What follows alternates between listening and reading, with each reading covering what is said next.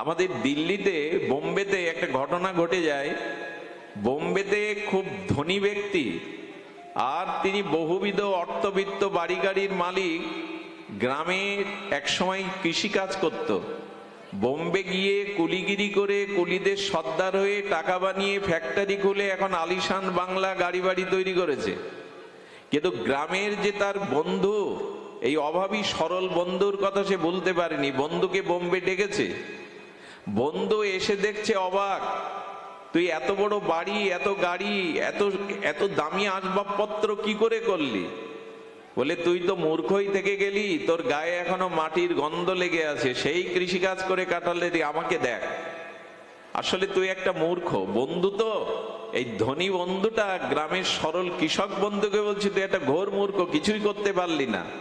এক কাজ কর, আমি তোকে 10 হাত এই লাঠিটা, এই 10 ইঞ্চি এই লাঠিটা, দামি লাঠিটা তোকে দিচ্ছি, তোর থেকে মূর্খ যাকে পাবি তাকে এই লাঠিটা দিয়ে দিস। বিধাতার কি ঘটনা, একটা সত্য ঘটনা সাধুমুখে শুনেছিলাম। 1 মাস পর ওনার প্যারালাইসিস হয়। উনি ব্রেন স্ট্রোক করে যখন শয্যায়, মৃত্যু শয্যায় শায়িত, তখন ওই বন্ধুকে দেখতে চেয়েছিলেন। বন্ধু এসে মাথায় হাত দিয়ে বলছে, এতগুলো গাড়ি কিন্তু আজ তো চড়তে পারবি না, 5000 কর্মচারী, ফ্যাক্টরি, তোর এত টাকা, সোনা দানা সিন্ধুকে ব্যাংকে, আজকে কোনো কাজে আসছে? তখন বলছে, বন্ধু আমার এত বড় বাড়ি, কিন্তু এই 4 হাত বেড ছাড়া এখন আমাকে ডাক্তার বাড়ি যেতে দেবে না। এত কিছু আমার শক্তি সামর্থ্য, কিন্তু হুইল চেয়ারে বসার ক্ষমতা নাই। আমার অনেক টাকা আছে, কিন্তু সেই টাকা এখন কোনো কাজে আসছে না। বন্ধু তখন বলছেন, বন্ধু পৃথিবীতে যা সঞ্চয় করে গেলি তা এখন কাজে আসছে না, কিন্তু মৃত্যুর পর পরকালে কাজে আসবে তো এগুলি। চোখ দিয়ে তখন জল পড়ছে, তাই তো করলামটা কি, যা করেছি তা তো এখনই কাজে লাগছে না, তো মৃত্যুর পরে। তখন ওই লাঠিটা বের করে বলছে, তুই বলেছিলি আমার থেকে মূর্খ যাকে পাবো তাকে এই লাঠিটা দিস, এই লাঠিটা তুই নে। বুকের উপরে রেখে বলছেন, পরকালের জন্য কিছু করলি না, আমার মনে হয় তুই সেরা মূর্খ জগতের, এই লাঠিটা তোরই পাও না, এই লাঠিটা তোরই পাও না।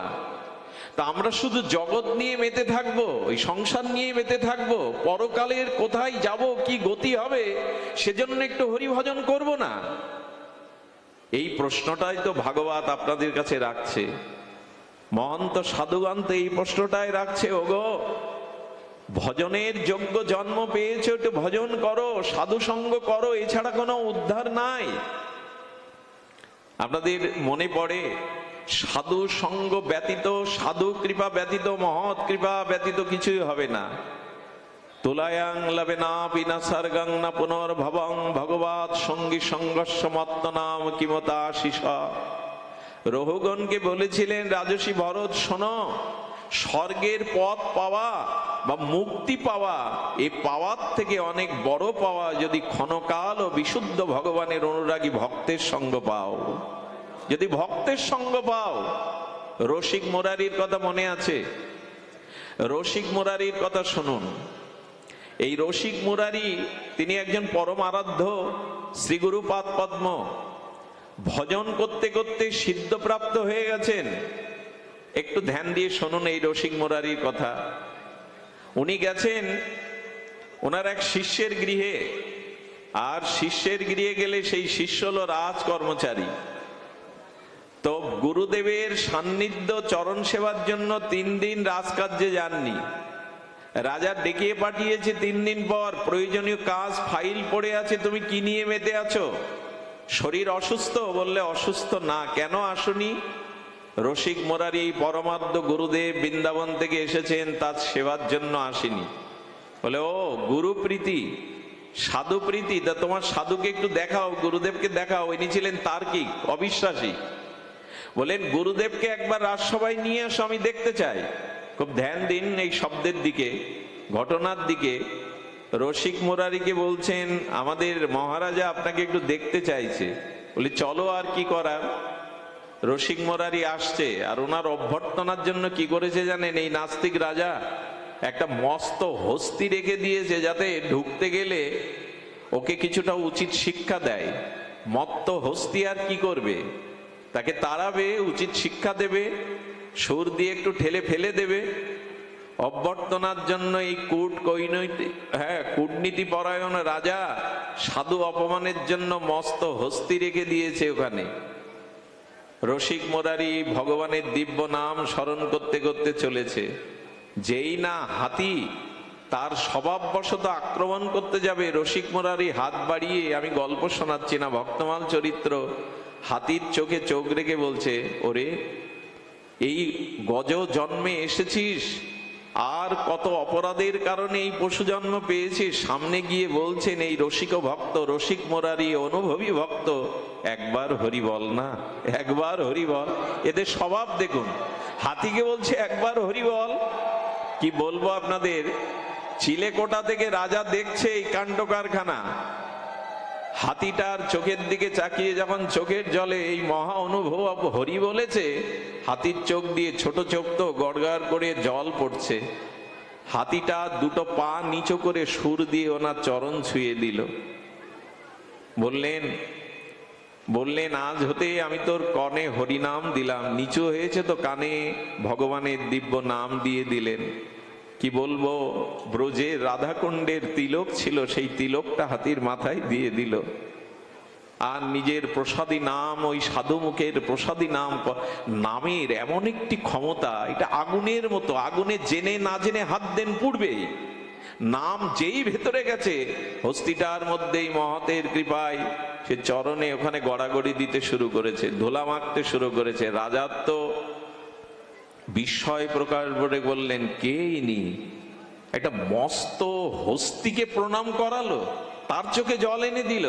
রাজার চিত্তবৃত্তি পরিবর্তন হলো, ক্ষমা করুন আমাকে, আপনাকে পরীক্ষার জন্য আমি এই দুষ্কর্ম করেছি, আপনি ক্ষমা করুন, নাহলে আমার গতি হবে না। রাজা শিষ্য হয়ে গেলেন। এই গজর কি নাম দিলেন জানেন? গজপতি ভক্ত। দীক্ষা দিলে একটা নামকরণ করতে হয়, সেই নামকরণ বললেন গজপতি ভক্ত। হাতিটা আর রাজসভায় ছিল না, এই গুরুদেবের সাথে সাথে যেখানে পান্ডালে হরিকথা হতো, হাতিটা সেই হরিকথা বসে বসে শুনতো। শুনলে অবাক হবেন, জল খাওয়ার ইচ্ছা জাগলে কি কোথায় জল খেত জানেন? আমি আগেই বলেছি, ভক্তমালে দেখে নেবেন রসিক মুরারির এই ঘটনা। ভক্তরা আগেকার দিনে যেখানে পা চরণ প্রক্ষালন করতো, পা ধৌত করত, ওখানে একটা গর্ত কাটা ছিল, ওই পা ধোয়া জলগুলো গর্তে গিয়ে পড়তো। কি বলবো, এই গজপতি হস্তিটা ওই ভক্তদের চরণ প্রক্ষালন করা চরণামৃতই পান করতো, অন্য জল পান করতো না। আরে এই বন্য হস্তিটা ওই জল পান করত। এরপরে শুনুন, ভক্তরা যে প্রসাদ দিত, সেই প্রসাদ পেত সে। আর কি করতো জানেন? একদিন রসিক মুরারি বললেন, তুই তো ভক্ত হয়েছিস, বৈষ্ণব সেবার জন্য সব জায়গায় হরিকথা শুনো, একটু কাজ করবি তো? যা, কলা পাতাগুলো নিয়ে আয়, কাঠগুলো বয়ে নিয়ে আয়। বৈষ্ণব সেবার জন্য হাতি হয়ে কাঠ, কখনো পাতা, কখনো বন থেকে কাষ্ঠ, শুকনো কাষ্ঠ বয়ে আনতো বৈষ্ণব সেবার জন্য। একসময় গুরুদেব বললেন, যা, এত ভক্তের সেবা কোথা থেকে হবে, একটু বৈষ্ণব সেবা কর। বাজারে গিয়ে, সবজির দোকানে গিয়ে সুর পেতে দিত, দাও আমায় কিছু দাও। চাউলের দোকানে গেলে কেউ চাল দিলে পিঠে করে আনতো। এই করে বৈষ্ণব সেবা করতে লাগলো। মাঝে মাঝে মনে হয়, হাতির হলো, একজন গজ হলো, আমার হলো না এই সুবুদ্ধি, সাধু ভাবনা আমার হলো না, মনের পরিবর্তন আমার হলো না, হস্তির হলো। ও যখন এই করে করে যায়, দোকানদাররা রাজার কাছে নালিশ দিল, রাজা ঠেকা নেগে বস্তা নিয়ে যায়, সবজি নিয়ে যায়, আমরা ব্যবসা করতে বসি, এভাবে বৈষ্ণব সেবা করতে পারবো না। রাজা বলল, এমন পোষমানা হাতিকে তো আমি খুঁজছিলাম, যাও আমার আদেশ, ওকে ধরে আনো। তবে ধরে আনতে গেলেও আসবে না, সাধু বেশে তিলক কেটে যাও, তাহলে তোমাদের সাথে যাবে, ওর সাধু সঙ্গ করা অভ্যাস। আহা, চারজন তিলকমালা নকল করে সেজে সাধু বেশে ওকে শিকল দিয়ে যেদিকে নিয়ে যাচ্ছে, আর গজ ভক্ত ভাবছে সাধু সঙ্গেই আমি যাচ্ছি, এই জন্য বাধা দেয়নি। সাধু থেকে সরল বিশ্বাসে ওদের সাথে চলে গেল। রাজা 7 দিন আটকে রেখেছিল জানেন, ওইখানে প্রসাদ না পেয়ে ও মুখে কিছুই দেয়নি। 7 দিন পরে যখন আর চলতে পারছে না, রাজাকে গিয়ে বলল, মাউদরা, ও 7 দিন মুখে জলও দেয়নি, আর ঝরঝর করে শুধু কাঁদছে। সাধু সঙ্গ না পেয়ে, প্রসাদ না পেয়ে, হরি কথা না পেয়ে ও ব্যথায় কাঁদছে। রাজা বললো, এক কাজ করো, ওকে তো বন্দি রাখা হয়েছে, ওই গঙ্গার পাশে উন্মুক্ত জায়গায় নিয়ে একটু স্নান করিয়ে খেতে দাও।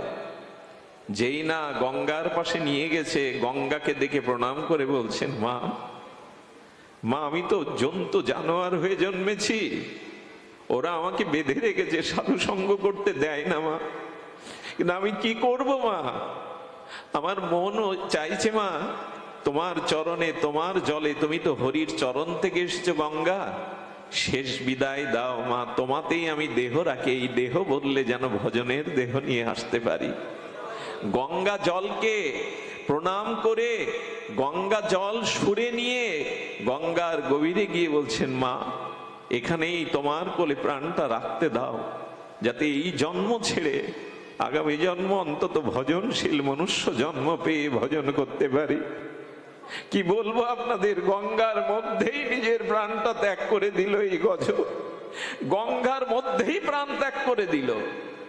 কি না হয় সাধু কৃপায়, কি না হয় মহৎ কৃপায়। শুরুতে বলেছিলাম শ্রদ্ধার পাত্র চাই, হৃদয়ে ব্যাকুলতা চাই, সাধু সঙ্গে এটা হয়, এটা সম্ভব, এটি সম্ভব। এই জন্য এই মায়াময় সংসার থেকে মায়া মুক্তি হয়ে শ্রী ভগবানের ভজন প্রেম অনুরাগ একমাত্র সাধু সঙ্গ হরি কথা ভগবৎ শ্রবণের দ্বারাই সম্ভব। পুণ্য কর্ম দান ধ্যান তীর্থ পর্যটন এটি করেও জীবের শ্রদ্ধা ভক্তি হতে চায় না। ভক্তি কেমন জানেন? মৃত্যুর সময় কোনো মানুষের দেহে সাড়া নাও থাকতে পারে, তার স্মৃতিশক্তি লোপ পেয়ে যেতে পারে, তার কণ্ঠস্বর স্তব্ধ হয়ে যেতে পারে, কিন্তু ভগবান বললেন সারা জীবন যে হৃদয়ে আমাকে ভক্তি প্রেম ভালোবেসে এসেছে, সেই শেষের সময় তার দেহে কোনো আবেশ না থাকলেও জেনে রাখো আমি তার হৃদয়ে বসে আমার নাম করিয়ে নিয়েই হলো ভক্তির মহিমা। আচ্ছা, মৃত্যুর আগে স্মৃতি থাকে না, জ্ঞান থাকে না, কিন্তু ওই সময় ভক্তি হৃদয়ে থাকে, কারণ ভগবান বললেন ভক্তকে ছেড়ে আমি যাই না, আর ভক্ত আমাকে ছেড়ে আমি তার হৃদয়ে বসে নাম করিয়ে নি।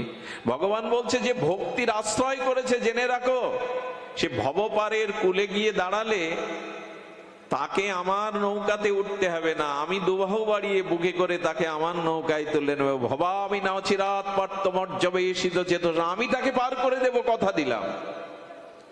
আচ্ছা, আপনারা বলতে পারেন, আপনার বিজ্ঞ শ্রোতা, দ্রৌপদীর সামনে কারা আছে? পঞ্চপাণ্ডব, তাদের বল কম। দ্রৌপদীর সামনে ভীষ্ম জ্ঞানী আছেন, কিন্তু দ্রৌপদীর লজ্জা নিবারণে সেদিন কর্ম জ্ঞান বল কাজ করেছিল? একটু কথা বলুন। করেছিল? ভীষ্মের থেকে জ্ঞানী কেউ ছিল?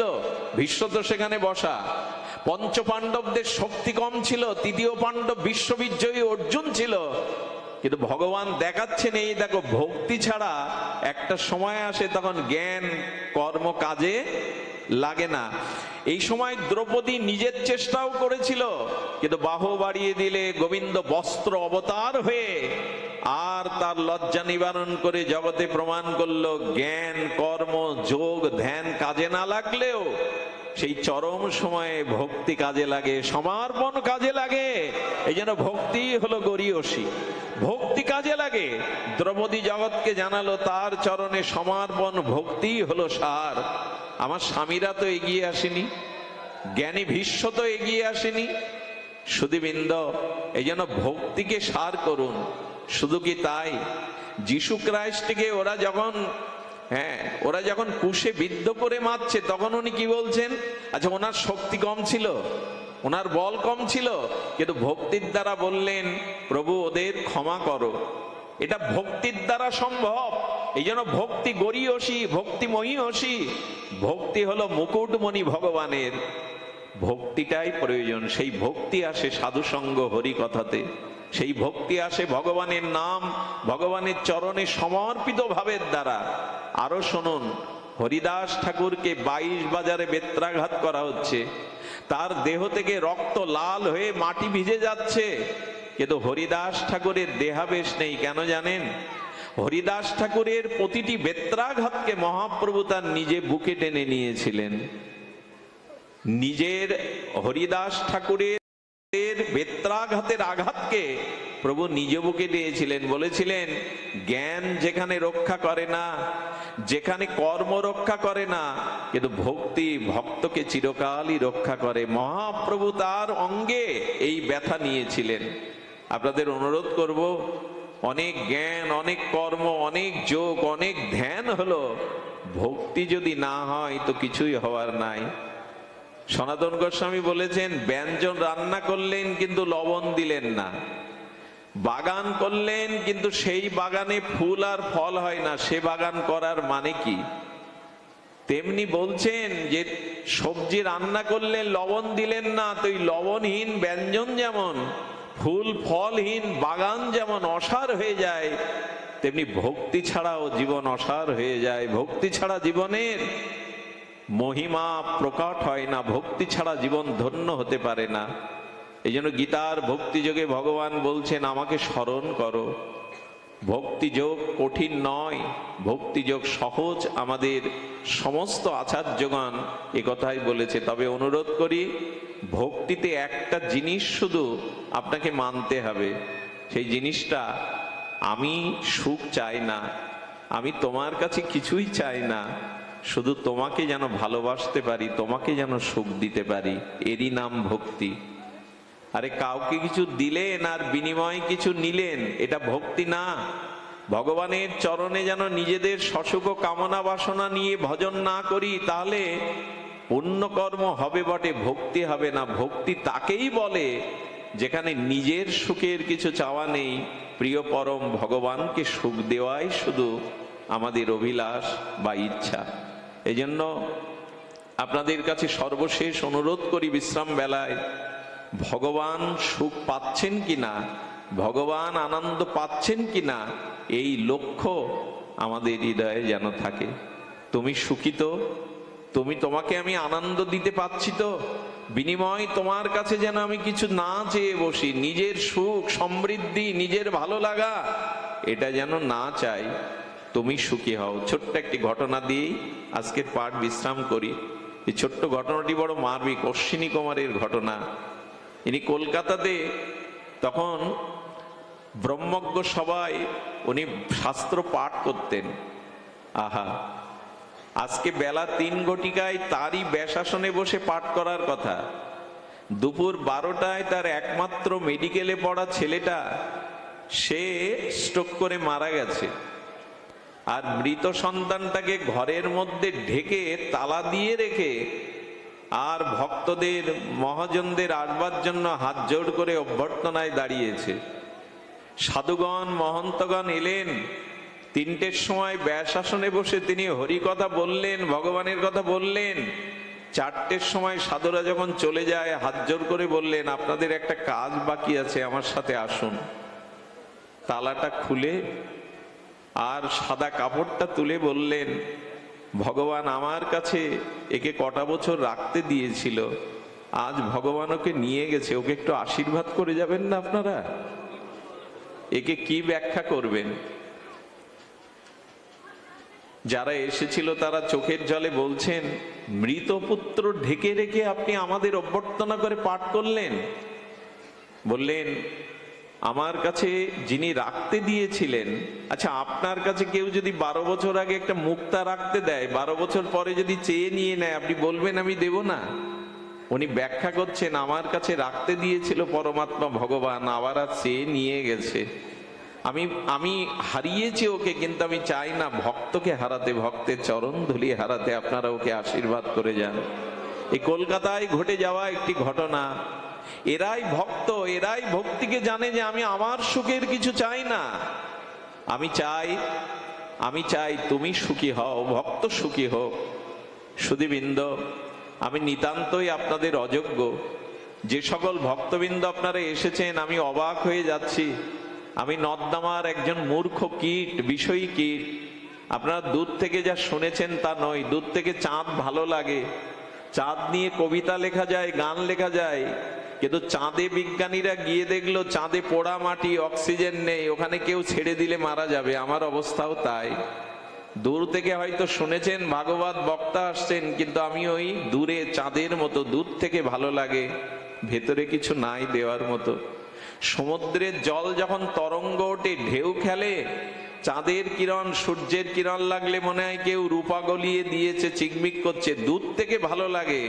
কিন্তু কাছে গিয়ে যদি ঢেউটা জড়িয়ে ধরে যান, দেখবেন কাদা আর বালি, আবার আপনাকে ধুতে হবে, স্নান করতে হবে। আমার ভেতরে ওই কাদা বালি আছে, দূর থেকে হয়তো দেখাচ্ছে চিকমিক করছে, কিন্তু আসলেই কিছু নাই। আমাদের এই মাতাজি দীর্ঘ প্রায় বহুদিন ধরে আপনাদের চরণ সান্নিধ্যে আনার জন্য বারবার বলছিলেন, ওনাকে উপেক্ষা করতে পারিনি। গতকালের অনুষ্ঠান উনি আমার জন্য একদিনে এগিয়েও নিয়ে এসছেন, কিন্তু আমি যে নিতান্তই আপনাদের অযোগ্য, আমি নিতান্তই আপনাদের হৃদয়ে পরিপূরণ করার মতো নিজের ভজন কিছুই নেই।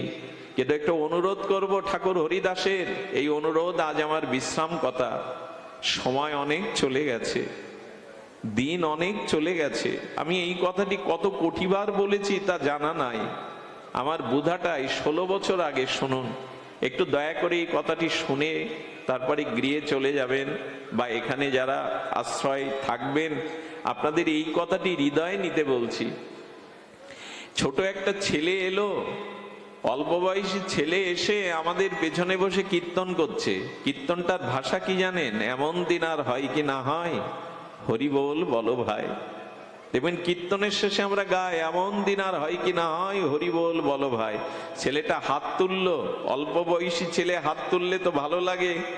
এই ছোট ছেলেটা হাত তুলে বলছে, এমন দিন আর হয় কি না হয়, হরি বল বলো ভাই। যখন চলে যাচ্ছে প্রসাদ নিয়ে, তখন আমার পায়ে প্রণাম করে বলছে, দাদা আশীর্বাদ করবেন যেন আপনাদের মাঝে সাধু সঙ্গে এসে হরি বলতে পারি, একটু আপনাদের সান্নিধ্যে ভজন করতে পারি।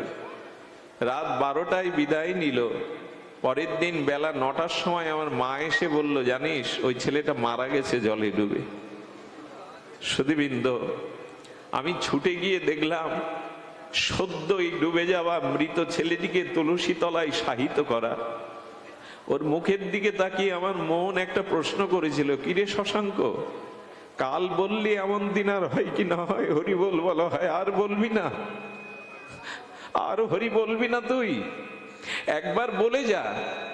ও যেন ভেতর থেকে আমাকে বলল, সময় কারোই নাই, কার আয়ু সূর্য কখন ডুবে যাবে কেউ বলতে পারবে না। ওকে তোলা হলো, বলো হরি বলতে বলতে, হরি নাম করতে করতে নদীর তীরে যখন বালি সমাধি দেয়া হবে, তখন ওকে সমাধি খুঁড়ে ওর মধ্যে দিয়ে ওর জন্মদাতা পিতা বলছেন, মঙ্গল কালকেই তো তোমার সঙ্গে গেল, হরি বল বলে এলো, তুমি বালুটা দিয়ে একবার হরিনাম শোনাও না ওকে শেষবারের মতো। ওর পিতা আমার হাতে এক মুঠো বালি মাটি দিয়ে দিল, তুমি দাও, ওর সমাধিতে তুমি মাটিটা দাও। কীর্তন করতে করতে শেষ বেলা ওর মুখের দিকে তাকিয়ে সেদিন আমি এই উপলব্ধি এসেছিল, শশাঙ্ক রে, আমাকে ভালো করে জানিয়ে যা, আমাদেরও সময় নেই। পদ্মপত্রের উপরে জলবিন্দু কখন ঝরে পড়বে আমরা জানি না। মৃত্যু যে কোনো মুহূর্তেই আমাদের আসতে পারে, এ কথা কে না জানে, এ কথা সাধু মুখে কে না শুনেছে, কিন্তু উপলব্ধি করিনি। সময় আমাদের হাতে কারো নাই, মহাকাল কখন এসে গ্রাস করবে আমরা জানি না। মহাপ্রভু কীর্তন করছেন শিবাসঙ্গনে, দুবাহু তুড়িয়ে নর্তন কীর্তন রাজ মহাপ্রভু রাধা ভাবকান্তি নিয়ে কীর্তন করছে। শ্রীবাস ঠাকুর কি যেন একটা কাজে ঘরের ভেতরে গিয়ে দেখছে তার একমাত্র পুত্র আর কেহ নাই, মায়ের কোলে শস উঠেছে। মালিনী দেবী বলছে, শ্রীবাসের স্ত্রীর নাম মালিনী দেবী, ওগো তুমি না জন্মদাতা, তুমি না ওর পিতা, এই দেখো ছেলেটা শস উঠেছে, এক বিন্দু ওষুধ এনে দেবে না ওর গালে? তুমি নিষ্ঠুর হতে পারো, আমি তো ওকে গর্ভে ধারণ করেছি, পালন করেছি, দেবে না? মহাপ্রভু যেখানে কীর্তন করছিলেন, দৌড়ে গিয়ে একটু চরণের ধুলি মুখে দিয়ে বলছেন, এর থেকে ওষুধ তো আমার কাছে নাই জগতে, এর থেকে বড় ওষুধ তো আমার কাছে নাই গো। দেখতে দেখতে ছেলেটা ওইখানেই মায়ের কোলে মারা গেল। মালিনী দেবী বুকে জড়িয়ে ধরে আত্মনাদে কাঁদছে। শ্রীবাস কি বলেছিল জানো মা? কাঁদতে হয় গৌর বলে কাঁদো, ছেলে বলে কেঁদো না। তুমি পিতা, তোমার মধ্যে স্নেহ মমতা কিছুই নাই, তুমি পিতা ওর। বলে পিতা ছিলাম, এখন পিতা নয়। দায়িত্ব দিয়েছিলেন যে কটা দিন ওকে আগলে রেখেছিলাম ও আমাদের নই। তবে শোনো মালিনী, তোমার এই ক্রন্দন যদি মহাপ্রভুর কানে গিয়ে কীর্তনে ব্যাঘাত হয়, প্রেমে ব্যাঘাত হয়, তুমি ছেলে হারিয়েছ, স্বামীকেও হারাবে।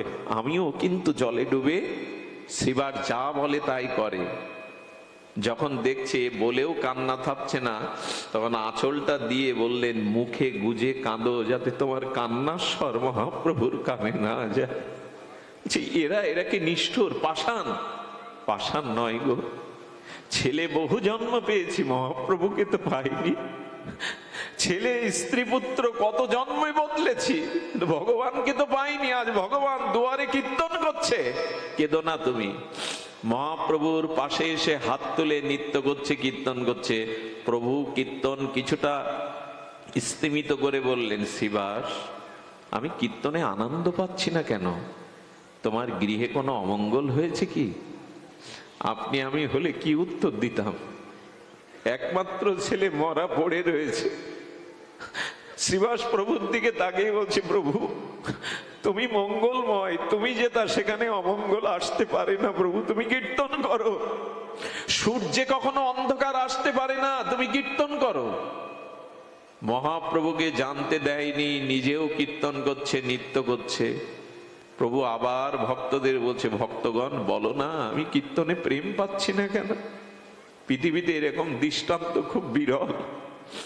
মরা পুত্র ঢেকে এসে প্রভুকে জানতে দিচ্ছেন না। মালিনী দেবীর মুখে কাপড় গুজে দিয়েছেন, কাঁদতে হয়, বোবা কান্না কাঁদো যেন কণ্ঠস্বর না যায়। এক ভক্ত রাত্রি প্রহরে বলে বসেছে, প্রভু এতবার কষ্ট পাচ্ছেন? শ্রীবাসের ছেলে মারা গেছে রাত্রের প্রথম প্রহরে। প্রভু স্তম্ভিত হয়ে দাঁড়িয়ে গেছেন। মালিনী দেবী সহ্য না করতে পেরে শিশুকে মহাপ্রভুর চরণে এনে কাঁদতে লাগলেন।